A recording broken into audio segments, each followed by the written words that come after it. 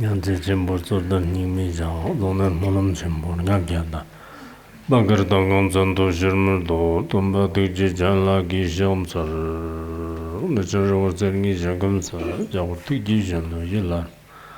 Jimmy Benzo Zhao Lang Sorande, Gurti Toban Pora Shinjilo. Profound and subtle Dharma is rarely encountered in eons. Now we hear and follow it. May we realize the Tathagata's meaning. To liberate beings, please generate bodhicitta before teaching. Next, today is our final class on the Sigalovada Sutra. Previously, we have already discussed the concept of the 6 directions. Of the 6 directions, we have finished talking about more than 5. In today's session, we will begin to address the final direction. This is a topic that specifically concerns the Brahmins and the ascetics. It is about how to interact with people of high status and noble character. So, what is the proper way to associate and communicate with them? The Buddha then explained to Shan Sheng. In this context, the term Tanyue should be understood to mean a benefactor or a patron. This is a key point because whether one is acting as a benefactor or as a practitioner, it is said one should serve ascetics and Brahmins in 5 distinct ways. As we have discussed previously, the term referred to as shramana, meaning an ascetic, according to Kumarajiva's own explanation, applies to all, regardless of whether they are from traditions outside our own or from within. Anyone who practices the conduct of renunciation. Such a person is called a shramana in the broad sense. This is the meaning. If we speak in a narrower sense, it refers specifically to Buddhist monastics. If we broaden it a bit more, then practitioners within Buddhism, both lay and monastic practitioners, are all called shramanas. Therefore, this matter can be more easily understood and explained in 3 distinct ways. Here, as a lay supporter, one should make offerings to these shramanas and Brahmins. Brahmins are widely regarded as highly respected elders in India and are also known as some of the great masters of the ancient religion of Brahmanism. Their practitioners can also be referred to in this way. Here, one serves them through 5 kinds of actions. What are these 5 methods? The first is kindness in bodily actions. The second is kindness in speech. The third is kindness in thought. The fourth is giving at the appropriate time. The 5th is not turning them away at the door. Altogether, there are 5 distinct ways for you to practice this. The very first one is simply kindness in bodily actions. As someone of lower status, whether towards a teacher, when showing respect towards shramanas or elders, in these cases, one often uses physical actions to express it. Of course, it's important to understand that the kindness being referred to here is ultimately a state of mind. Is it possible that our body directly possesses a mind that is entirely its own? Perhaps it is just an expression of it. Relying on kindness expressed through the body, what does bodily practice like? That is to say, it means consistently showing respect, a willingness to serve, and paying sincere homage to them. In the process of all our interactions, it is important that one should not take a lofty, superior, or arrogant attitude. Instead, one should consistently act with genuine kindness, which is demonstrated through our tangible bodily deeds. As for speech, it is also a matter of truly great importance, particularly in front of shramanas and Brahmins. It is very important to remember to often use gentle words like soft words or sweet words, and to always make a point to speak with great respect. Conversely, one should consciously avoid using harsh or abusive language, as such language can be deeply hurtful. Instead, one should always use words filled with kindness. As for practicing kindness in thought, one should always harbor goodness and unwavering faith within the heart while diligently maintaining a mind that is pure, a mind that is joyful, and a mind that is respectful. This is how one should always strive to act. And for the 4th point regarding the importance of timely giving, when it comes to food or at appropriate times, it is taught that one should make generous offerings to them. This applies whether they are shramanas or Brahmins, and this is especially true if they are your own teacher or a revered shramana. In such cases, it is important to help them whenever they are in need of support. When they are hungry or lacking something they truly need, just like some patients in hospitals around the world, or guests who have traveled a long way from afar, or even recent newcomers, they may have absolutely nothing at all. At such times, if we use money or material goods, so to make offerings to them, it is something that is extremely important for them. It is like giving charcoal in the snow, truly necessary. In the same way, when it comes to shramanas, we should aim to provide our support at the most opportune times, rather than simply adding flowers to brocade. when there is no need at all. If you give them a lot of material possessions, they may not even be able to use them. That's not the way to do it. Offerings and giving should be done at the right time. Fifth, regarding the shramanas, one should frequently, it does not matter when they come, whether as guests or to seek alms, or if they come to make a request for anything at all, they will find that the door is never closed to them. It is always kept wide open, ready and waiting for them. Whenever they arrive, they can always be provided with a wide variety of modern conveniences and amenities. This is an example of how a subordinate, this is the correct way to show proper respect to shramanas. Whether it's directed towards the monastics or even directed towards our own gurus, we should also certainly demonstrate our respect in this manner. I have also personally seen that there are indeed some other methods available, including those specifically mentioned in the Miscellaneous Treasury Sutra, which are all essentially different ways of giving. The first is giving with the eyes, offering with your gaze. What does this mean? Towards parents, shramanas, and so on, it is important to often look at them with a compassionate gaze, one that is both very loving and harmonious in nature. The second point to consider is what is known as giving with a pleasant expression, which means to always interact with a warm and friendly demeanor. That is, offering a joyful and pleasant facial expression. We should always use a genuinely compassionate gaze, and make it a point to greet others with a genuinely compassionate and warm, smiling expression, which is to say, approaching them with a kind and gentle look. Next, the third form of giving is through the use of gentle words. This means always making an effort to speak kindly and thoughtfully. So, in every situation when you are talking, interacting, or communicating with other people, the communication style is defined by its use of very civilized, gentle, and warm language. The approach is to consciously avoid using any harsh or threatening words. It really should not be like that at all. The third is about giving, specifically through the use of words. Then the fourth is giving through physical actions, giving with the body. That is to say, by using your own physical body in any and all of your actions, you are showing profound respect to revered figures like monks, Brahmins, and other spiritual teachers, treating them with reverence and prostration. There is also giving from the heart. The fifth is giving from the heart, offering with your mind. When you give from the heart, it means you are often acting with genuine kindness, sincere faith, and a truly joyful mind. This form of giving can also extend to the practical offering of beds and seats, which means providing places for others to rest and find comfort. This includes the act of frequently laying out comfortable cushions, fresh beddings, and accommodating seats for the well-being of others. For instance, in the various Tibetan areas, when it comes to truly great masters and other eminent monks, people will often present special seat cushions to them. The meaning of seat cushions, on one hand, is that, for instance, when a great master or eminent monk visits a certain monastery, this welcoming monastery generously offers him comfortable seat cushions and a variety of decorative carpets. The meaning is, on one hand, that you are staying here, meaning you often reside here. There is another meaning as well, which is that he often abides in this world. And it also implies a very long and truly lasting presence in this world. So generally, in some of the supplication prayers to great masters, they are also accompanied by seat cushions.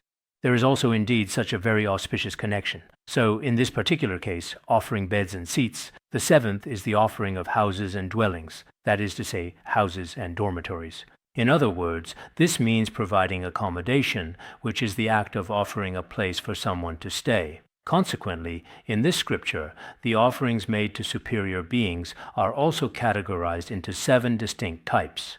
But in fact, it's important to realize that no matter how you make offerings, whether through simple acts of giving or more formal specific offerings, there is great merit for both this life and future lives. This is particularly true for all of us as spiritual practitioners, whether we are monastics or we are lay people. When we encounter places worthy of offerings, such as, for example, a truly pure sangha, pure, realized, some eminent monks and great virtuous ones, those free from attachment, in circumstances such as these, it is understood that there is a truly tremendous amount of merit. This reminds us of the time when His Holiness, Khenchen Jigme Phuntsok Rinpoche, was still physically present with us in this world. Around the 1980s, at that time, we had not yet gone to India. Sometimes His Holiness would say, after we finished reciting the precepts, On the 30th and 15th days of the month, right after reciting the precepts, the monastics would proceed to line up in an orderly fashion. It's worth noting that at that time, our main assembly hall had not yet been constructed. The place where they gathered was simply a small playground. When we finished reciting the precepts, everyone would line up and circumambulate once around. That was the entire Sangha of the Institute. One round around the main assembly hall was enough. That's how many people there were. At that time, His Holiness would say, if you want to make offerings to the Sangha, even just buying a little candy would be fine. Back in those days, there was a particular kind of soft candy that was always wrapped in a simple piece of blue paper. Because it was considered a special treat, each person would only get one single piece. Back then, we really looked forward to it. On the 15th, we would always wonder if someone might possibly hand out some free candy today. I remember there was a Khenpo who later went to India. He later passed away, Khenpo Chupa. In fact, I also made mention of Khenpo Chupa in my travel notes from my journey in India. If it weren't for him, I might not have been able to come back at that time, because when I went up, I was at Mind-Rolling Monastery, and I had promised to stay there and teach Dharma for 3 years. Later, when I wanted to come back, I really had no way out. At that time, that Khenpo had just arrived in India. He said, I can stay here in your place. Then His Holiness also agreed, so I was able to return. Sometimes Khenpo Chupa was the one in charge of handing out candy. He would faithfully recite the Vajrasattva mantra as he did it, Om Benza Sato Hong, and then he would very carefully give each of us one piece at a time. We would eat our meal as we were walking around the stupa, so just as we had finished one circuit around the stupa, all of the monks inside the Gondola Assembly Hall had already, during that particular time, making a single round probably would have taken, I don't know exactly, maybe there were several hundred people, something like that. The point is, in situations like this, whether it's making offerings to the Sangha during special occasions, there's also a great deal of merit to be found in doing so. There is a sutra called Bodhisattva, Kokaropaya, Visaya, Vikurvana, Nirdesha, which has also been quoted before. In this sutra, it says that if you offer food to a shramana on time, you will receive 7 blessings in your next life. If, when eating, you make offerings to a shramana, you will receive 7 kinds of merit in next life. What are these 7 kinds of merit? You will gain excellent appearance. Excellent appearance is one of them.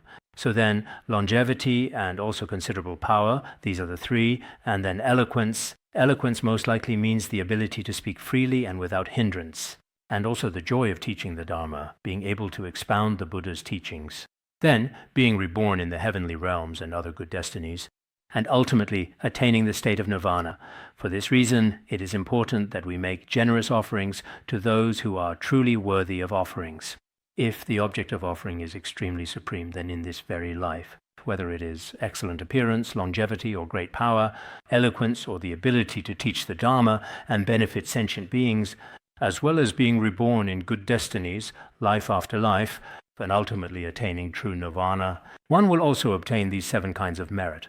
Therefore, it is important to consider how should we properly make offerings to these highly respected superior beings. For ordinary lay people, everyone should have their own place for making offerings. This is very important. One must have a place for making offerings. In the treatise on the modes of a ruler, it is said that for a king, it is always considered most beneficial if he has a personal place of spiritual refuge.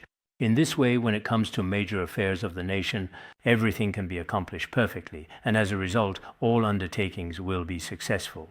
This is an extremely important point. This is what we are discussing here. How should we treat the Shramanas and Brahmins?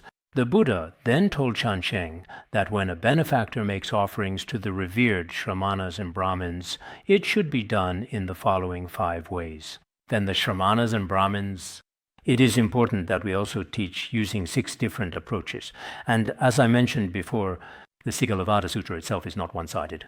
There should be mutual expectations. I am just an ordinary person. If I make offerings to monastics and they enjoy them daily, if they are only recipients of enjoyment, just as we discuss in Madhyamaka, if they just get enjoyment and take no responsibility for anything else, as monastics, they have obligations. Earlier, we mentioned that children have obligations to their parents, and parents have obligations to their children. Students also have expectations of their teachers, and teachers also have expectations of their students. There are certain principles that apply to both sides. Actually, this is a really very good thing. I was just thinking, in our world today, if we could study the Sigalovada Sutra thoroughly, not to mention being a Buddhist. It doesn't matter whether you have Buddhist faith or not, because in actual fact, there is really very little that has to do with faith in it. If you can practice this well, then your interpersonal relationships, your entire 6 directions, if a person stands in the center, actually this is quite representative. If I stand here alone, there are people above and below me, and there are people on either side, in front and behind as well. So the 6 directions mentioned here, each of us stands in the center of them. Just like the son of the Brahmin, Shansheng, in the future, each of us should see ourselves as Shansheng. Don't think, oh, Shansheng might be somewhere else. He died long ago. It has nothing to do with me. Don't think like that. Each of us should think, oh, I am Shansheng. If I am Shansheng, how should I treat the people above me? How should I treat the people below me? How should I treat the people to my left, right, front, and back? The 6 directions, including myself. I can't just say you. I'm included too. I am also Shansheng, right? All of us as Shansheng need to keep in mind that in the future we need to be able to look up and down. Some of us are especially good to those below us, but not so good to those above us. It's true that some people are genuinely very good to all the people around them, but not to the other 2 directions. So each of us may have different characteristics and habits. So from now on, let's see. If we each consider ourselves as Shansheng, what is the main core meaning I learned from this scripture? What is the core value I gain from it? It's to be Shansheng myself. Of course, here among us, for example, in my case, my parents have long since passed away. So now, as for the first direction, the East, for me, I can only visualize other sentient beings. All sentient beings as mothers are regarded as parents. Other than that, I have none. But that's okay. There are still quite a few people in the other directions. So if each of us acts as Shansheng, things might be a bit better. As for the Shramanas and Brahmins, towards those below them, how should they treat these people? The standards should, in fact, be even higher. There are 5 specific duties for those below towards those above, and in turn, 6 important duties for those above towards those below. So then, what are these 6 things exactly? First, to protect and prevent them from doing evil. As a Shramana, a teacher, or as a superior, it is your profound and essential duty to never simply ignore, neglect, or be dismissive of those individuals who find themselves in a position below you, acting indifferent and unconcerned, thinking it's enough just to receive respect and offerings. Some bad leaders are just like bad bosses these days. They don't care about the people below at all. They spend their entire day, it seems, just simply enjoying themselves. Many years ago, I happened to see a leader. That experience left a very deep impression on me, but I really can't say more about it. So what is it that we should do? We absolutely should protect them. We must make absolutely sure that our subordinates do not commit any evil deeds. For example, if they commit particularly bad or unwholesome actions of the body, of speech, or of the mind, such negative karma will harm them both in this life and in the next life. You should do everything you possibly can to stop it from happening. If you do not stop it as a responsible leader, as a dedicated monastic, you really do bear a certain amount of responsibility. If the people below truly refuse to listen, then there's nothing you can do. But generally speaking, many people go astray because they lack care from those above them.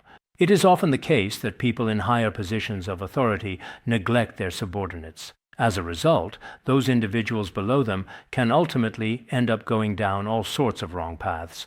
Because this is a very possible outcome, there is a clear responsibility that must be borne. This idea is mentioned in a scripture called The Compilation of Parables from Various Sutras. It was most likely compiled by an Indian monk named Dao Lui, who diligently collected these various stories, and then, at a later time, Kumarajiva translated them. This text contains a great number of stories concerning cause and effect. One of the stories goes like this. I think it's actually quite good, and I believe I've told it before. There was a certain butcher who often killed many sentient beings. But he wasn't the worst person, as he also wanted very much to make offerings to practitioners and monastics. But these monastics found him especially frightening, so none of them were willing to form a connection with him. On one particular day, he happened to catch sight of a newly ordained Shramana, and then spoke to him, saying, "Could you please come to my home on a regular basis to receive my humble offerings?" The newly ordained monk didn't really understand, so he said, "Sure, no problem." After that, he often went to the butcher's home. But after all, he was a butcher. Every day he killed many sentient beings. He killed many beings every day, but the monk didn't dare say anything. Some of us practitioners, are still very accommodating to certain benefactors. It's fine, you're really remarkable. Committing evil isn't a big deal, it doesn't matter, it's fine. Because he was afraid it would affect his own livelihood. For whatever reason, he chose not to stop him at that particular time. And then, sometime later, the butcher's father unfortunately passed away. He too had committed evil deeds in the past. Later on, he was reborn as a vengeful river ghost, haunting a nearby river. There in that state, he experienced a truly immense and unending suffering. Every single day, without fail, it was as if countless sharp and brutal weapons were piercing his body, causing unbearable pain. When he was enduring such truly unbearable torment on one particular occasion, that practitioner was crossing the river by boat with some other people. As they were crossing the river, the ghost suddenly and immediately blocked their way. He grabbed him and said, "You stayed in our home and enjoyed yourself for such a long time. You never once advised me not to kill. You clearly knew about this, but you didn't warn me. Today I must kill you. Every day I suffer terribly as the result of killing living beings. Why didn't you try to stop me?" The monk, it should be noted, was also extremely frightened, and it is quite possible that the others might have actually witnessed the ghost's true appearance at that time as well. They pleaded, "You'd better not kill him. If you kill him, just look at the suffering you experience from killing ordinary sentient beings. You endured so much pain. If you kill this practitioner, the consequences will be even more terrifying for you."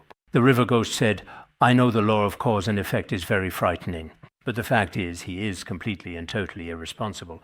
Either I absolutely must be the one to kill him, or he absolutely should find some conceivable way to recite my full name, and immediately perform a ritual to help me transcend, dedicate merit, and pray for blessings for me. Let's see if that helps." At this point, the monk was also very frightened. He immediately began to recite mantras and sutras, dedicating the merit to the river ghost. The people on the boat also helped him perform the ritual and recite sutras together. At that moment, the river ghost, he genuinely experienced a great deal of his suffering and pain begin to lessen. He said, "You know, I actually feel a little bit better now." A little while later, they graciously invited him to come to their beautiful temple on the following day, so he could participate in their important and formal Dharma assembly. The next day at their temple, it seemed that there was another senior elder present. He compassionately gave him a profound Dharma teaching. Subsequently, they joined together to dedicate merit to him by sincerely reciting the holy sutras and chanting sacred mantras.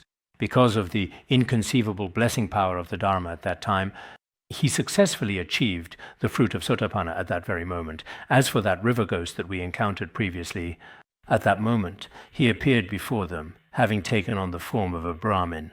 At that moment he also made offerings. But later, after those monks and the elder chanted sutras for him, not only did he no longer suffer, he immediately attained the fruit of Sotapanna on the spot. These stories are not just simple tales, but are in fact truly genuine cases that have been carefully recorded within the sacred Buddhist scriptures. As Buddhists, we should understand certain principles of cause and effect. So, what is the main message being conveyed here? First, as monastics and spiritual practitioners, we often receive generous offerings from our benefactors. When these supporters make offerings to you out of faith and devotion, it is your solemn responsibility to recite specific prayers of dedication for them in return to ensure the merit is directed for their benefit. Chanting sutras, like reciting the Avalokiteshvara mantra or the Heart Sutra. At our institute, at the noon meal offering, we recite, recalling the Three Jewels Sutra and the King of Aspiration prayers. If there isn't that much time, as I mentioned before in my travel notes in Thailand, at the very least we should recite some verses. In Tibetan we often say this. It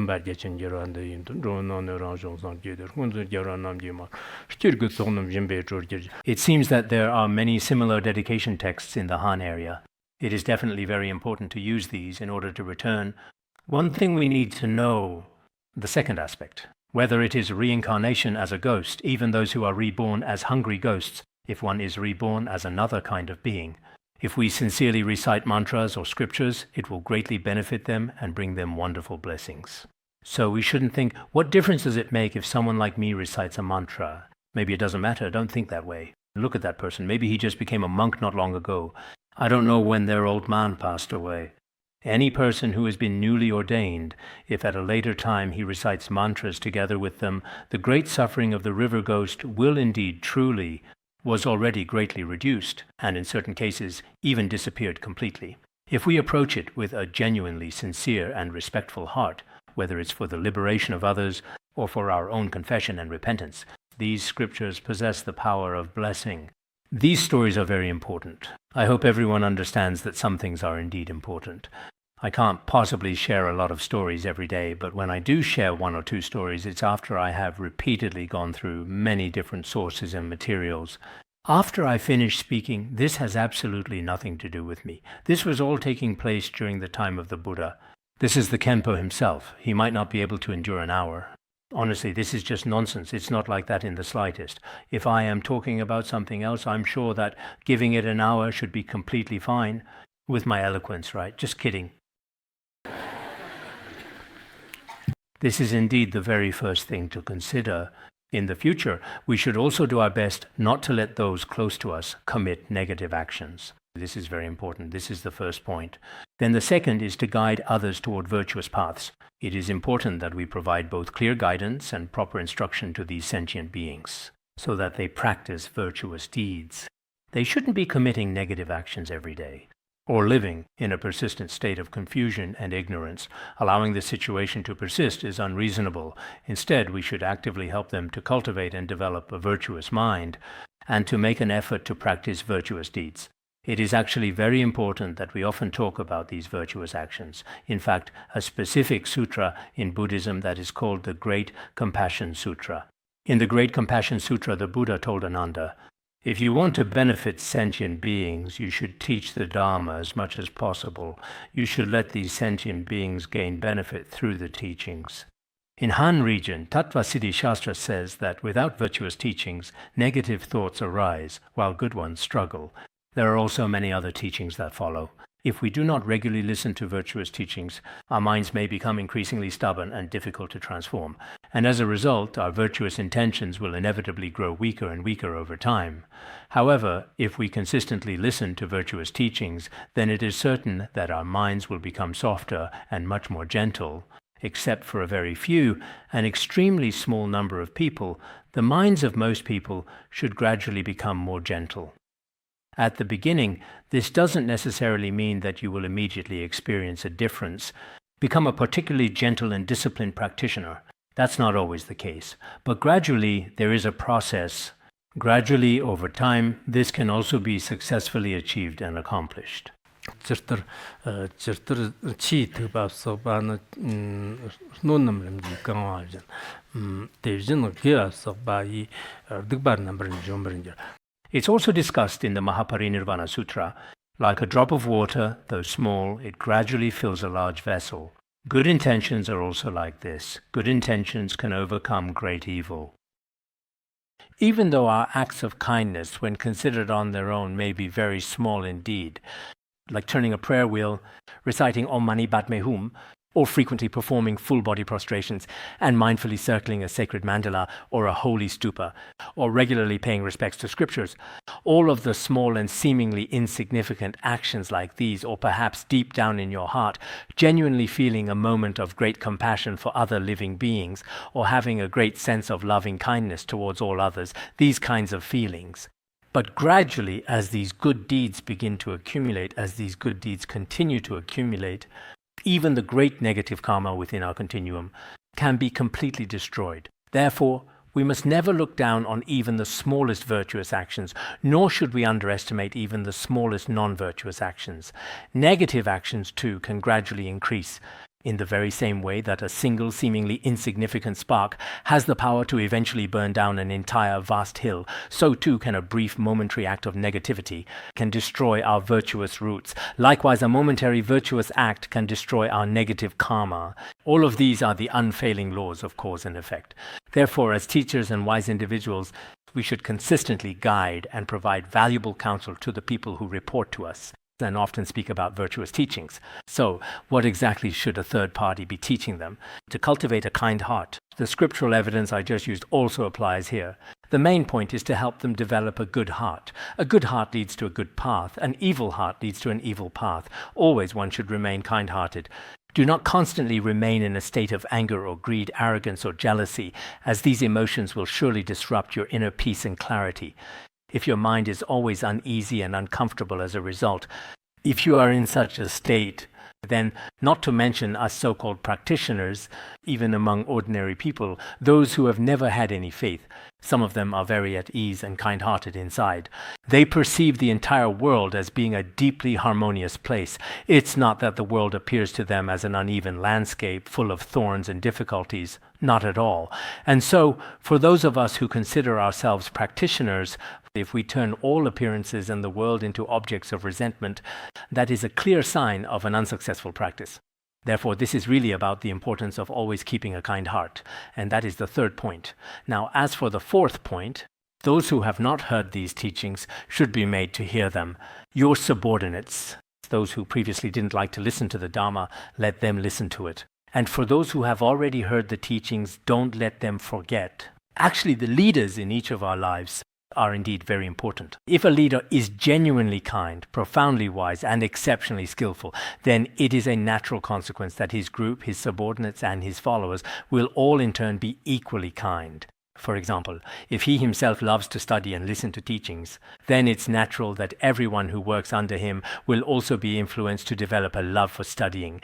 I can recall a personal experience with a group just like this, where their leader had a particularly strong passion for reading books and learning. So the people under him had no choice but to read as well. Because the leader was so fond of reading, as a result, the people below also developed a great fondness for reading. Then, after some time had passed, the leader was replaced. The new leader, however, had entirely different hobbies, and I won't say what those other particular hobbies were. This went on for about 2 or 3 years. I noticed that the people under him, I also mostly developed a particular interest in those areas. Then after some time, there was another change in the leadership, and I found that new group to be quite interesting as well. That leader, too, had a completely different personality. He had another hobby, and the people who served under him, for the most part, tended to follow along with him. So it would seem that sometimes in this world, it seems like it's the same in the West, too. I've heard that in some schools, the students, to illustrate this with an example, if the teacher of a specific class is especially interested in a particular subject area, then the students in that class also become interested in it. For example, it's quite common that some teachers are especially passionate about exploring the latest advancements in Western technology, or delving into some of the mysterious and ancient Eastern cultures, or perhaps their personal interests lead them to want to explore other areas, such as the extensive knowledge available in the complex field of psychology. Then the students under them are all influenced in that direction. This is also true for some disciples of our teachers. If the teacher especially likes to point out others' faults, then the disciples under them also often do the same. I once knew a Khenpo who was probably quite remarkable, often spoke about others' faults, and his disciples also imitated him by pointing out others' faults. So there is indeed a difference here. Therefore, those in higher positions should encourage those below them, often have them listen to the Dharma and become broadly learned and knowledgeable. As for the fifth point, after listening, one should be able to understand the content very well, resolve any of their doubts, and eliminate their personal afflictions. If you only listen, but never reflect or practice at all, then it is ultimately meaningless and lacks any real substance. So it is crucial that they should also truly understand the deeper meaning contained within. As for the sixth point, it's not just about us understanding the wisdom of humans and gods. More importantly, we should teach them the path to the heavens. So what exactly should we be teaching them? That is, the virtuous path of humans and gods. Ultimately, the highest heaven is the path of Buddhahood or nirvana. In the end, one should attain nirvana, which is in the end truly the most ultimate truth. This is what someone in a higher position should do, and they should also be very responsible to those below them. This is very important. All of us here may in the future. Some of us may indeed eventually become leaders of some kind or another, and some of them are already leaders or hold high positions at this very moment. As your position gets higher and higher, your arrogance may also grow. You may start to look down on everyone else and feel that others' respect and offerings to you are all things you deserve by right. This kind of mentality is really not a good one for a gentleman to have. We should always aim to be, just as we discussed yesterday, truly humble, genuinely loving, and with a sincere heart to serve others. If we can do this, it is also very good. Of course, as someone in charge, I very often say that some of our company leaders, maybe some of the people below them, might feel that, our leader is not good. But in actuality, that is simply not the case. Leaders are still very important. They have this good merit and this ability. Those under them, at least for now, don't have this fortune or ability. So at this particular point in time, as a leader, you really do play a very significant role by genuinely caring for those under you. Indeed, this is extremely important. So what is this principle in practice? The Buddha told Shansheng, in this way, lay supporters respectfully serve the monks and Brahmins. If this is done, both sides will attain peace and happiness. Without any sorrow or any fear, this now officially concludes the previous prose section that we have been discussing. Next, the world-honored one will use verses to restate the above principles. Of course, the following content partly serves as a summary of what has been said previously, and partly the Buddha will reiterate certain points that were not explained in sufficient detail in the previous sutra. Now, as was mentioned earlier, these relationships have symbolic directions. Parents represent the east, teachers symbolize the south, wives correspond to the west, and relatives are associated with the north. Furthermore, servants are considered the lower direction, and the venerable monks represent the upper direction. This refers to the 6 directions that were already discussed above. So what are these 6 directions like? All sons of noble families, that is our Shansheng here, he is the son of a noble family. If you would like to show your respect and also to pay proper homage to the 6 directions. Therefore, it is crucial that you act in accordance with what was previously mentioned. This means that regardless of whether it is your parents, your teachers, your wife, or your relatives, you should always show them respect and follow their guidance. Do not miss the right time and do not miss the opportunity. And you should make offerings to them at the designated and appropriate times. It is imperative that you do this at the correct moment. When your parents are still alive, you should show them respect and make offerings. When the family is harmonious or when such favorable conditions arise, otherwise, as we often say in the world, a child wants to be filial but the parents are no longer there. When you finally wish to show your filial piety, your beloved parents are already gone. It really shouldn't have to be like that. You should instead do it at a very appropriate and reasonable time in order to be filial, completely respectful and obedient. In this way, you will also find yourself to be very happy throughout this life. After death, you will receive the blessings of humans and gods and be reborn in the heavenly realms. This is because for Brahmins and followers of many other religions, being reborn in heaven after death is a central and deeply held spiritual aspiration.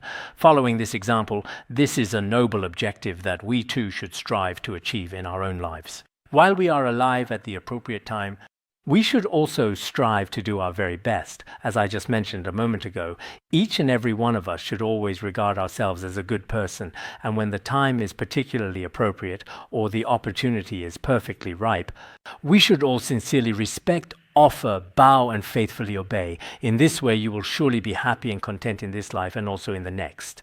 Then what's next? Let's talk about the 4 all-embracing virtues. We talked about 6 degrees yesterday. The 4 all-embracing virtues are simply explained. Let us discuss the 4 all-embracing virtues in a more comprehensive and broader way. In the Madhyama Agama, there is a particularly prose section that talks about this concept. In this, there are specific sections on generous giving, kind and considerate speech, truly beneficial action, and wholehearted cooperation. Such a prose section is included. After that, there are some additional verses. Here in this section, we are not going to have the prose section. We will go straight to discussing the 4 all-embracing virtues. So what are the 4 all-embracing virtues? First is generosity. We should often practice giving to sentient beings with whom we have a connection. Practice both material giving and the giving of Dharma. Then it's important to speak to them with kind and gentle words. It's not that when you interact with them, when you use harsh and scolding language in order to offend them, that is also completely unreasonable. Then regarding the principle of beneficial action, when interacting with these people, you should always aim to provide benefits to them with genuine kindness and a compassionate heart. And the 4th principle, which we often refer to as cooperation, is about leading by example, guiding others through your own personal actions. With your own conduct, you act equally with them, cooperating to benefit others. In this way, when others see it, they'll think, oh, you do it this way too. Then I should be able to do it this way as well. These 2 aspects are interconnected and are also mutually responsive to one another. Therefore, this is precisely what we call cooperation. Only these 4 specific kinds of actions, the 4 all-embracing virtues, can be shared with all those individuals who are connected by the principle of karma. This is precisely what is meant by the 4 all-embracing virtues. Now, the following verse goes on to further elaborate on the profound importance of the 4 all-embracing virtues. You see, these 4 all-embracing virtues are a truly and fundamentally important responsibility. They are also a kind of burden you must bear. We often say, shoulder the Tathagata's family business. It is a responsibility that you ought to take on. And what kind of responsibility is this? It is a heavy burden. This task is extremely weighty. A long and arduous journey lies ahead. It's just like a wheel. When it comes to wheels, we all know that if there are 4 wheels, no matter where you go, you will reach your destination. Moreover, to use an analogy, just as the wheels of a carriage support the entire vehicle in a very similar way, these 4 principles, the 4 all-embracing virtues, are absolutely essential in the process of benefiting all sentient beings. Although it seems to be only for the human and heavenly vehicles, or in other words, a teaching of the Shravakayana, but the 4 all-embracing virtues are important. Even in the Shravakayana, without the 4 all-embracing virtues, liberating sentient beings is sometimes impossible, so just like wheels. It's also worth noting that it seems in some of the other available translations, the term is specifically rendered as charioteer, or even like a charioteer. The person who is driving the vehicle or the one who is riding along in it, this metaphorical expression is also frequently employed. But here it is talking about the wheels. These 4 all-embracing virtues are very important, just like wheels. If in our world there were no 4 all-embracing virtues, then there would be no filial piety or support for others. Things like caring for and supporting one's parents. But for those who do not understand the 4 all-embracing virtues, they may not practice filial piety in all 6 directions. Because they are not generous in giving, especially stingy, and do not like to speak kind words. Everything they say is hate language. Is there hate language? I suppose you could say so. Extremely hateful. Love and hate are separate. If there is love, is there such a thing called hate language? You can't really say so. It seems there aren't any. Why aren't there any? If we reason by analogy, there absolutely should be. Are love and hate, in fact, considered antonyms? If they are, then love has loving words. Why doesn't hate have hate language? What mistake has hate made that it can't be paired with language? Hate language. You can say that. This can be deduced by analogy, right? If we reason according to Buddhist logic, it's because hate is too bad. It doesn't deserve to be paired with any kind of language, right? If someone doesn't practice generosity, doesn't use loving words, doesn't engage in beneficial actions or work together with others, and also doesn't wish to benefit others, nor even wants to set a good example themselves, then there is absolutely no way for them to be truly filial or to genuinely respect and support others. Next, let's talk about the merits of the 4 all-embracing virtues. This method in the world should be the choice of the wise. Fools are simply unable to attain it. However, if one practices these 4 all-embracing virtues diligently and well, one will receive great results, all because of these 4 all-embracing virtues. Just like we discussed yesterday in the Vimalakirti Sutra, the 6 perfections and the 4 all-embracing virtues are the causes for being reborn in a pure land. So in the future, you will attain the great fruition of being reborn in a pure land and similar achievements. And in this life, your good reputation will spread far and wide, reaching throughout the entire world. Your fame will only grow bigger and bigger. Reputation is very important. Everyone, don't think that reputation is unimportant. I think reputation is very important. So, as it goes on to say, the following information may not necessarily be directly about the 4 all-embracing virtues, but discusses other principles.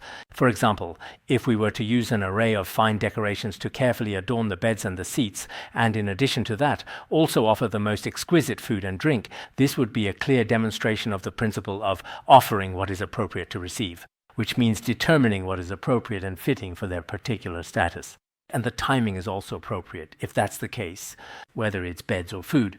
All these offerings that we regularly make to those who it should be offered to and to those who it should be given to, then that person's good name will also surely spread very far and wide. Actually, this mainly talks about the virtue of generosity.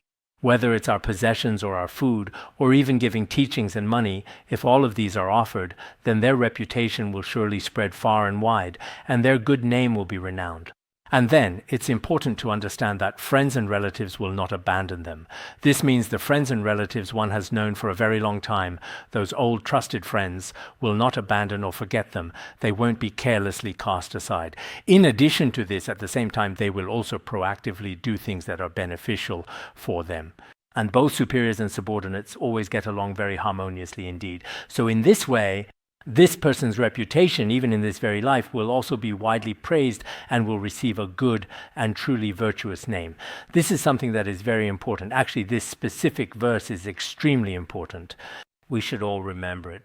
A person should treat their friends and relatives not by favoring the new and neglecting the old, but by frequently spending quality time with their friends and family members, and make a genuine effort to do beneficial things for your friends whenever you have the opportunity, not always trying to harm them. Also, you should always maintain good relationships with everyone, both above and below you. This person will have a good reputation. Some may think that reputation doesn't matter. I've already become a monk and started practicing Buddhism. So it doesn't matter if I have no reputation. In front of others, I'm just a bad person. But actually, that's not the case. If in our worldly interactions we have already lost our reputation, then perhaps even the merits of liberation beyond this world. All of these are fundamentally, you could say, like building on ice. It really is a bit shaky. If you look at people in the world today, many of them have some kind of evaluation or assessment at the end of the year. What kind is it? People at all levels above and below give an evaluation and appraisal of that person. What kind of person is he really? If within this group, this particular person's reputation is especially bad, then no matter wherever he goes, it will ultimately be bad for him as well. So for us as monastics, you'll find that sometimes monastics and Buddhists will sigh because they think it doesn't matter in the end if other people don't like me. It's just that I have a bad temper or whatever else. But actually, in terms of genuine spiritual practice, this really creates a great deal of obstacles for oneself, not to mention benefiting others. In this kind of situation, even just surviving becomes exceptionally difficult. For instance, consider some of us, if a certain person is in a class, all the Khenpo's Dharma teachers and Khenmos are genuinely afraid of him. Oh, no, we don't want this person, don't want them, this person is not good. But for some people, they say, I want this person, and even compete for them. Why is that when people are all the same? I vividly remember back then there were approximately 100 or 200 of us. At that time, I recall there was a particularly thin woman among the nuns. Among the nuns, there was a thin one. I'll leave her name unsaid. At that time, in all our classes, all the Khenmos were afraid of her. No, we don't want that person. In the end, she simply couldn't join any class at all. Everyone, her reputation was already thoroughly ruined. So, as I just said a moment ago, we should all, in a company, for example, there are leaders above and people below. And of course, there are also various people to the left, to the right, in front of you and behind you as well. If you do an anonymous vote, some people have a very good reputation and impression. Some people leave a bad impression on everyone. This is the case in many Western companies. At the end of the year, they look at this person. If he doesn't perform well in the evaluation, nobody wants him. Even if they are indeed very skilled when it comes to their work, their personal character, unfortunately, is still a considerable problem. That is precisely why I just said we all truly need to think about Shan Sheng. We're all in the midst of other people. Think about it yourself. If the people around me were to evaluate me, what kind of evaluation would they give? If you yourself feel that, everyone I know and interact with, if people have a very poor opinion of me, then in terms of spiritual practice and benefiting others, it's even harder to say. It's truly difficult. In the future, when it comes to liberating sentient beings or even our own practice, if we want to practice, our Buddhist practice should be built on a foundation of goodness and virtue. It shouldn't be based on a mindset where we can't even manage the basics of being a decent person. With such an attitude, if I want to establish some kind of extraordinary merit, then this, something that's never existed in history since ancient times. So as Buddhists, this is extremely important. We must conduct ourselves as decent people, especially as decent people. Look at your own reputation within your community. Indeed, even if people are the same, the particular manner in which people actually evaluate you. For example, when someone passes away, if he was a good person, if he was truly good, maybe many people will cry for him. But if someone dies and he was a bad person, if the impression he left us was especially negative, not only will people not cry, some might even laugh and feel very happy about it. That would, of course, be a very bad thing. Therefore, when it comes to reputation, don't think, this is just fame and personal gain. I'm a practitioner. I don't care about these things. Whether others think well of me or not, I'll just focus on practicing my Dzogchen. But if the more you practice Dzogchen, the worse it gets. That's really scary. The following is about, today's class may be a little bit short. I'll have to see if this is going to be too much. But actually, it's not a lot of material at all. So we'll definitely be able to finish up today. Everyone should definitely remember this verse. The phrases I just talked about, do not forsake old friends and relatives and show them what is beneficial, and when superiors and subordinates are always in harmony, they gain a good reputation. I strongly suggest that everyone should remember them. Some people, of course, it's because of karma manifesting. You certainly don't want to give up your old friends. You want to benefit them, you want harmony. But the other person, in all actuality, really hates you down to the very core. In that case, you just have to go with the flow in the end. There's nothing you can do, no matter what you try, because every sentient being has different karma. What you must understand is that each sentient being has their own individual karma. It's very possible that the path every sentient being walks is completely different. Therefore, it's really not necessarily your fault. Overall, as long as you have a clear conscience yourself, you should always make a point to treat your old friends with kindness and make every effort to bring benefit and happiness to all sentient beings. Furthermore, you should strive to live in harmony with all people, including those in positions both above and below your own. Here, 3 points are mentioned. If you do this, you will have a good reputation in this very life. I think a good reputation is still very important. Among us practitioners, some have a pretty good reputation, while others don't have such a good reputation.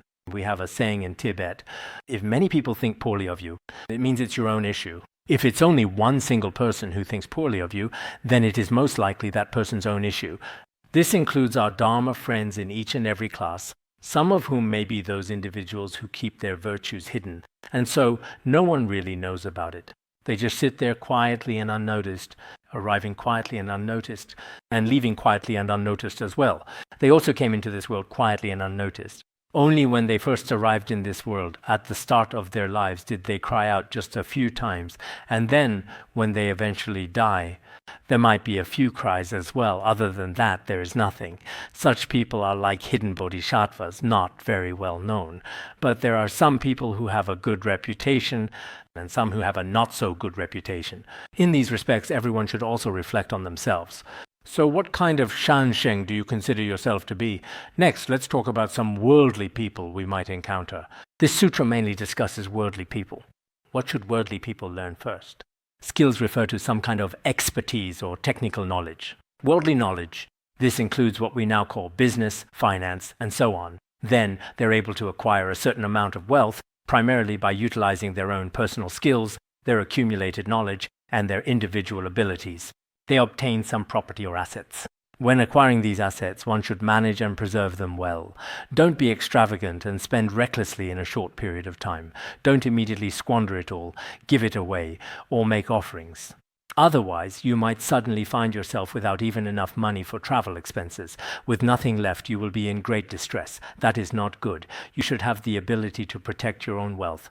You ought to safeguard your wealth. This is very important. If you don't know how to protect it well, I've seen that some middle-class people in the West, about 1/3 of them, in some countries 1/3 of the people, at least that's what some news reports say, basically a large number of people don't even have a small amount of cash, say $300 or $400 on hand for an emergency.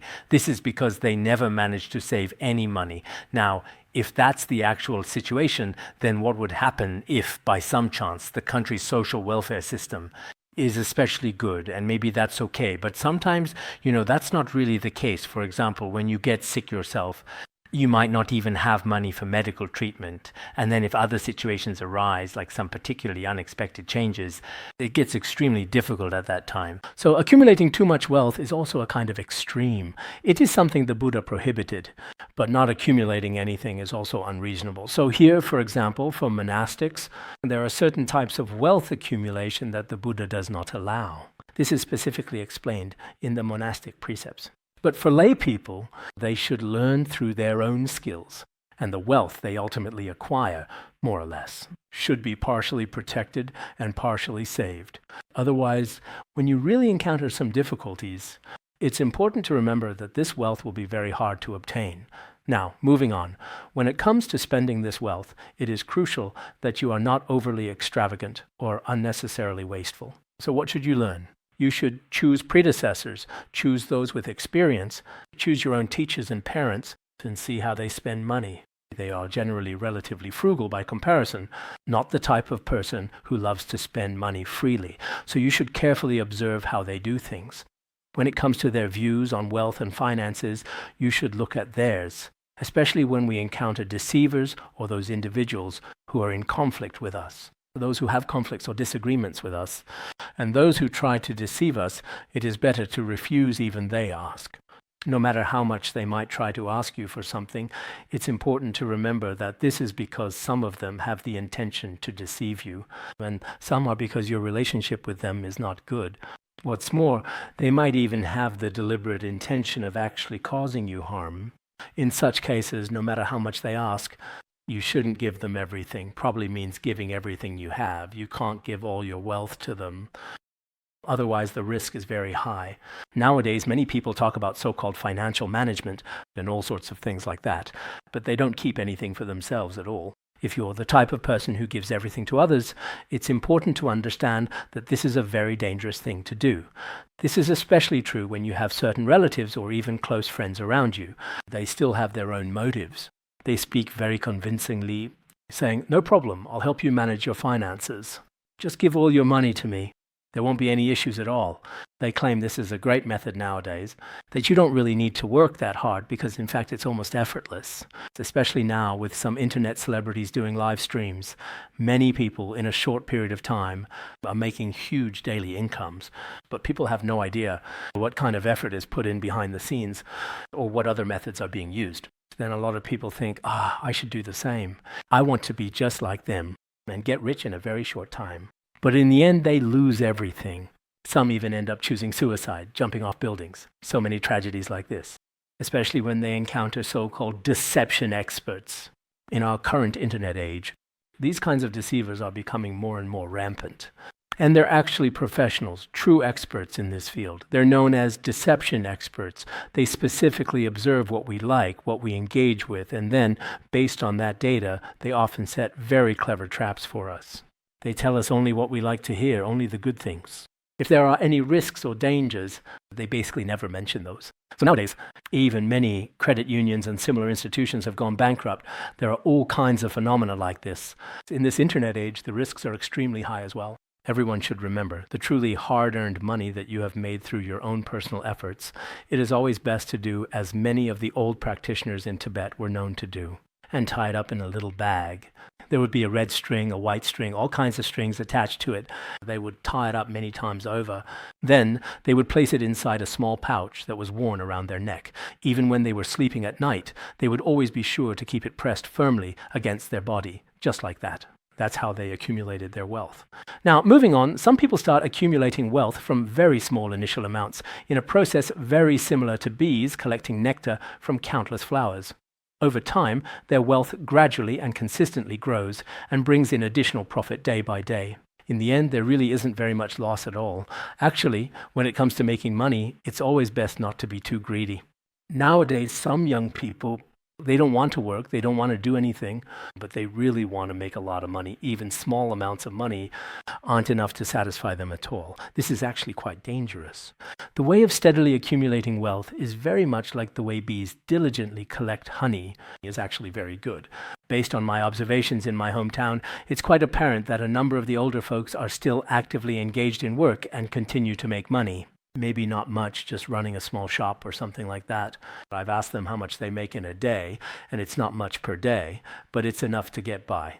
At least they don't lose money on costs. Some people from Sichuan say, at least you don't lose on costs. What they mean is that when you really look at it, there isn't a great deal of risk involved. They sell a little bit of this and that themselves and save up little by little. This way is actually quite safe, especially for those who don't have much ability. If their desires are too great, that's not good at all. So here it's actually teaching us some ways to make money. Nowadays, a lot of young people have too many desires, but they're simply not willing to put in the necessary effort.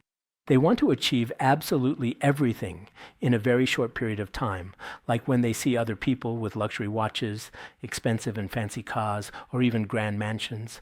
At moments like that, they immediately think to themselves, "Oh, I must have that too." Nowadays, you can see everything online. They think, he's already made it, so I should be like that too. And then if their parents try to stop them, they end up resenting their parents deeply. Why am I like this? If others can do it, why can't I? But of course, some others have that kind of good fortune, and you might not have that exact same good fortune. Besides, people who succeed in that particular way, these people are truly 1 in 10,000 or perhaps even 1 in a million. This doesn't apply to everyone. Therefore, for the majority of us, it is much better to be cautious in our approach. Now, I am going to discuss 6 important points. The first of these is to know the importance of moderation in eating. In other words, what this implies is that as practitioners, it is important to avoid the extremes of eating either too much or too little. We should also cultivate contentment and reduce our desires. This is actually a much better approach, just as I was mentioning a moment ago. One aspect is our view of wealth, which is indeed very important. The Buddha also talked about this in the Samyukta Agama. In the Samyukta Agama, it talks about this perspective on wealth. I think I once spoke about this at a school before. 1 part for your consumption, 2 parts for business, and the remaining part should be kept in reserve to prepare for times of poverty. This means our wealth should be divided into 3 parts. The first part is specifically designated for your own personal use. The second part is intended for investment purposes or for business-related operations. And finally, the last part is the portion that should be carefully kept in reserve, should be set aside for emergencies, such as in preparation for potential future famines or other difficult times of poverty. This emergency reserve is very important. Nowadays, many young people don't have this portion set aside. They might not even have enough for their own basic needs. They invest everything they have. All their money is put into the stock market. Then the stocks suddenly evaporate. Now there is truly nothing left at all. And then they can begin to settle into the state of dzogchen, which is like the sheer vastness of open space. Honestly, when you look at the state of some people, you can tell their hearts are really affected. When they see that everything they had is already, every day they keep checking, watching, it's going up, it's going up. And then all of a sudden one day it was, wow. Then they try to settle into this unusual state of being. And when they eventually come out of it, their senses are so disoriented they don't even know if they're walking or simply sitting down. For some people, this disorientation has already become a persistent problem. In the Vajrayana tradition, we would typically call this a state of blankness. They're in that kind of state. At this point, I've heard some people say they've already become enlightened. If you're enlightened, that's fine. This is what I was just talking about regarding accumulating wealth. Next is knowing moderation in eating. In other words, it's crucial to understand that food should not be consumed in excessive amounts. This is a concept we have touched upon previously. For instance, a well-known example comes from the Buddha, who taught the practice of not eating after the noon hour. This practice is, in fact, a highly beneficial method for maintaining good physical health. Nowadays, it seems that many people might think that they are quite obsessed with things like losing weight and maintaining their overall physical well-being. But if you look at the Buddhist scriptures, even in the alternative translation of the Samyukta Agama, there's mention of weight loss. This very same principle was also true during the time of the Buddha. For instance, in the past, it is recorded that the great king Prasenajit once made a special journey to visit the Buddha. It would appear that the Buddha was residing at Jetavana Monastery at the time. When he went to have an audience with the Buddha, the king's body had become extremely large, and he was so overweight that he was audibly gasping for breath. Seeing the king's condition at that moment, the Buddha addressed him. The Buddha gently asked, "Your Majesty, what is the reason you have become so overweight?" In response to this question, King Prasenajit said to the Buddha, "It's true, I am now so fat that I can't take it anymore. Even breathing has become very difficult for me." He also felt very ashamed and wondered what he should do about it. "Buddha, I am now so overweight that I can't go on like this." At that moment, the Buddha, seeing his plight, recited a verse specifically for him, saying, "One should always remain mindful in all things. When it comes to eating and drinking, it is crucial to know your body's limits and practice moderation, because with a light and healthy body, you will naturally suffer from fewer ailments, your digestion will function properly, and in turn, your life will be preserved and extended." He recited this verse. The meaning is that as a person, one should always be mindful of the amount of food and drink one consumes. As a result of this, your body will begin to feel significantly lighter. and you won't experience as much suffering. Moreover, you won't be what is considered especially overweight, which means that you should definitely be able to lose the weight you need to. In the end, your life will also be longer. Your lifespan will be extended. That's basically what it means. The Buddha recited this verse for him. He asked him to use it as a frequent reminder to himself. At that time, King Prasenajit was very happy. He immediately said to someone beside him, "From now on, whenever I eat, recite this verse for me regularly. If you are willing to do this for me, I will make sure to give you 100 gold coins as a reward each and every day." The person beside him immediately agreed. He was very happy. Reciting 4 lines meant earning 100 gold coins. No one knows exactly how much that gold was worth. It wasn't specified.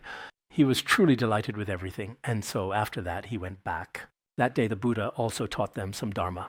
Then afterward he left, and after returning, King Prasenajit, every time he ate, that person would consistently recite the verse for him. After a considerable amount of time had passed, and quite gradually, he, who had previously been known for being very overweight, became slimmer and slimmer. His overall appearance also became more dignified. His body felt much lighter. At this point, he was especially grateful. So he went to see the Buddha once again and said, "Recently, as you can see, my health has improved so much." He was also particularly and especially thankful to the Buddha. Indeed, such a method is genuinely indispensable. So, as for this particular verse, because nowadays perhaps the monastic community is still doing a bit better in this regard, for this reason, the general public doesn't pay much attention to this specific aspect. But if someone genuinely is in a situation where they are indeed overweight, whether it's working or even sleeping, they might be more lethargic. There are actually many drawbacks to this. Therefore, even more than 2,500 years ago, there were such methods as well. People often relied on these ways to exercise their bodies or frequently prostrate themselves. Also, Westerners especially like to go running regularly. They walk 4 or even 10 kilometers every day. They often talk about this. Whether it's for health maintenance or fitness, these methods are used. This is also a feature that is considered to be very good indeed. Nowadays, in many of the more upscale residential areas, there must be a generous amount of fitness equipment. A lot of people care about this very much. Our appearance and our bodies. On one hand, this is indeed very important. But on the other hand, it is also very important that we restrain our greed. For instance, the amount of food we eat should be kept moderate. That is the first essential point to remember. The second point is this: you must not slack off in your practice. This applies no matter what kind of work you do. No matter what kind of career you pursue, please don't be lazy. A person who is lazy cannot accomplish anything. Then thirdly, when it comes to wealth, one should have some savings and reserves. As we just mentioned about these reserves, so what exactly should they be used for? It's important that they are planned and reserved for genuine emergencies and times of need. This is the third point. Now, for the fourth point, when it comes to lay people, how exactly should one manage their affairs? The very first thing to consider is farming and agriculture. This is also acceptable in Buddhism. Then, another path is to become a merchant, which involves doing business and engaging in trade. Thirdly, there is the choice of finding a place for animal husbandry. You would need to select a suitable location and then start the process of herding livestock. It's also worth mentioning that in some previous translations, this was described as herding sheep and cattle. The raising of sheep and cattle was mentioned, and that is how it was put. In general, it was suggested that people should engage in industry, agriculture, and animal husbandry as is necessary. The fifth point was that one should build stupas and temples. And sixth, it was important to establish monastic residences, build monasteries for monastics. So this is still a very important point to note. It's not enough for us to just have industry and agriculture. We should also have some spiritual refuge. There should be monasteries and stupas. This is very important. These are the 6 diligent undertakings for lay people, the 6 diligent pursuits. It is important not to miss the opportunity to practice virtue and to cultivate goodness. Such an opportunity is exceptionally rare and precious. Therefore, if one practices these virtuous deeds, the wealth of a layperson's household will not diminish. Moreover, one's wealth will increase day by day. Consider how hundreds of rivers continuously flow to merge into the vast sea. In a similar fashion, this person's ocean of wealth steadily grows, eventually becoming ever more magnificent. It is inexhaustible and never runs out. It is intended to be truly complete and absolutely perfect in every way. So for this reason, this is a scripture that is especially beneficial for ordinary lay people. I also sincerely hope to have this translated as well and as accurately as possible. Many other ethnic groups probably have this text. Perhaps this version is the best one to use. I have also compared several different versions. But some versions use language that is very difficult to explain. This one might arguably be the best. These are the verses spoken by the Buddha.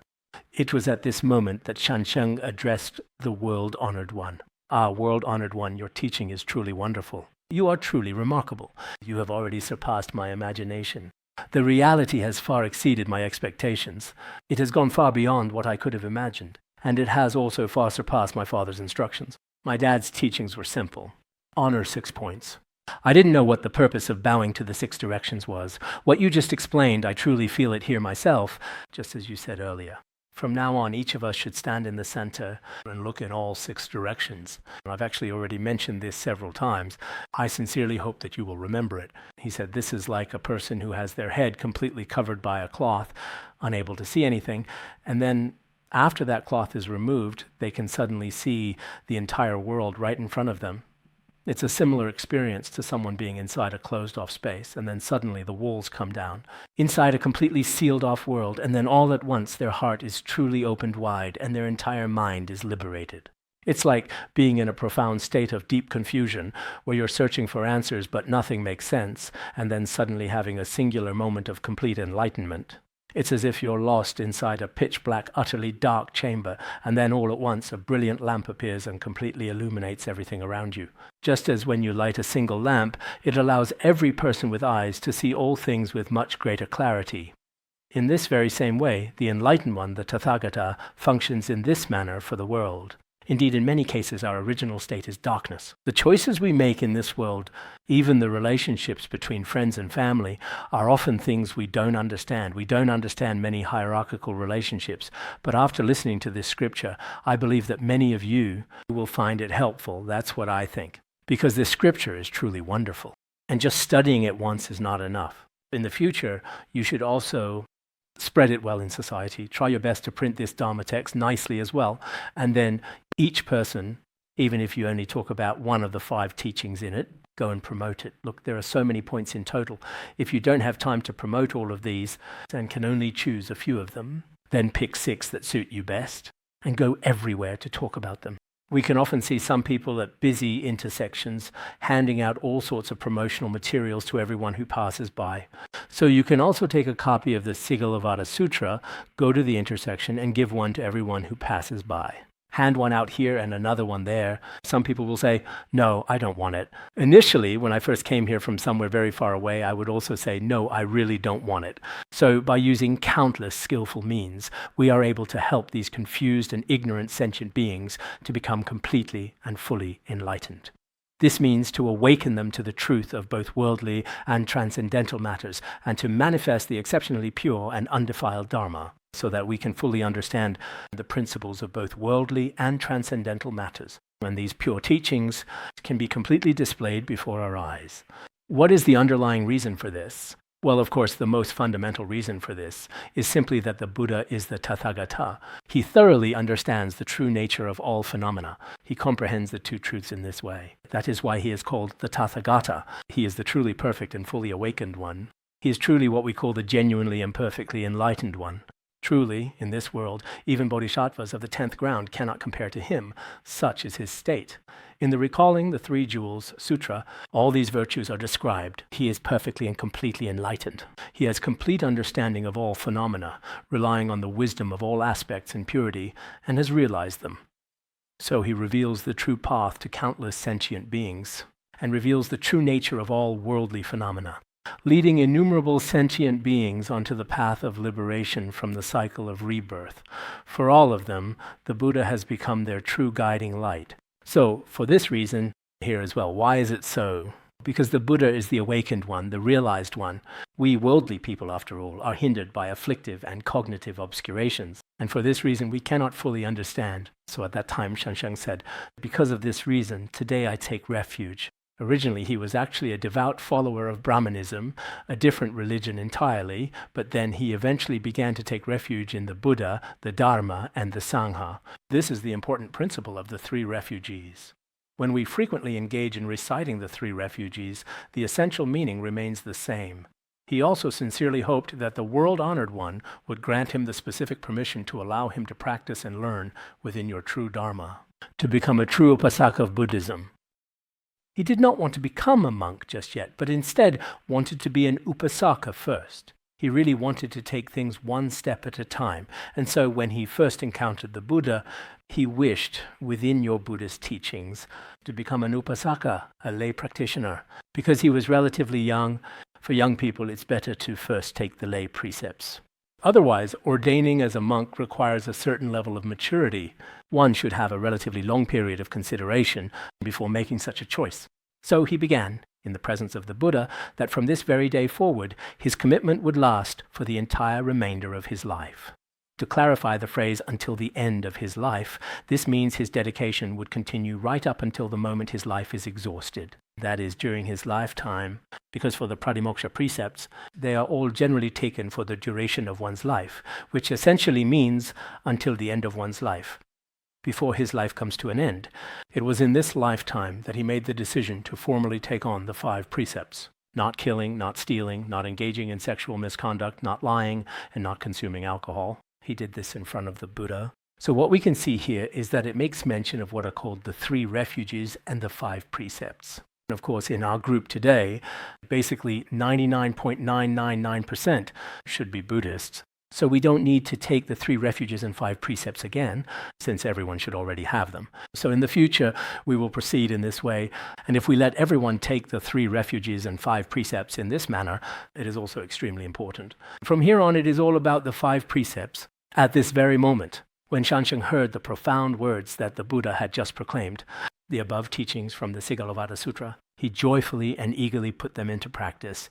So as for our study of the Sigalovada Sutra, after a full 11 lessons, this section has finally been completed.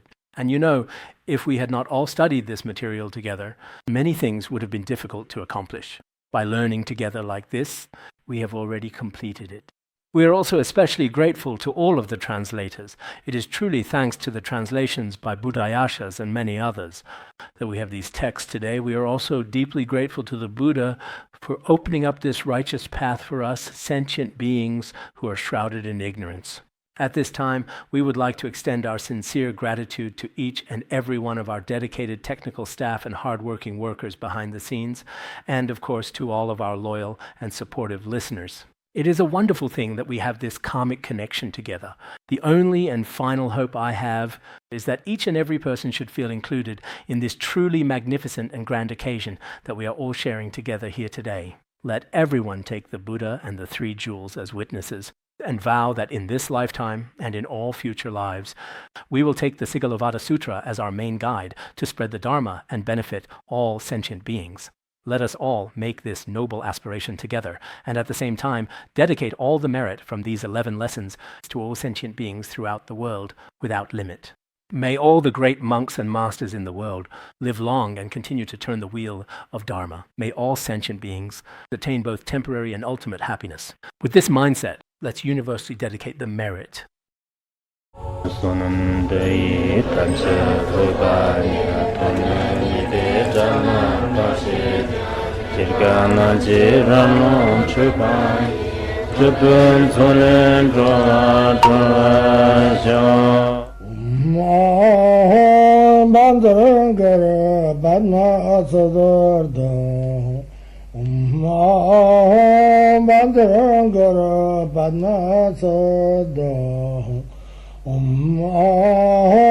Bandara Banma Sadar